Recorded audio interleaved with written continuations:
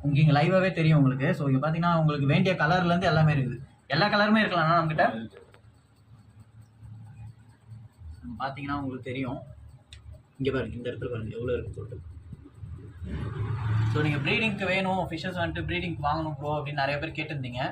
So அதுக்கேற்ற மாதிரி பார்த்தீங்கன்னா இங்கே வந்துட்டு உங்களுக்கு வந்துட்டு லைவாகவே இருக்குது. ஸோ வந்து பாருங்கள் என்ன மாதிரி வந்துட்டு ப்ரீடிங்கெல்லாம் இருக்குதுன்னு சொல்லிட்டு. ஆனால் இதுக்கு ப்ரீடிங் ஆகிட்டு ஃபுட்டு எது மாதிரி நான் தரீங்க? பிரெயின் ஸ்ட்ரிப்பு அது நம்மளே ரெடி பண்ணோம்னா அது எதுவுமே இல்லை ஜி, சும்மா முட்டை கறி.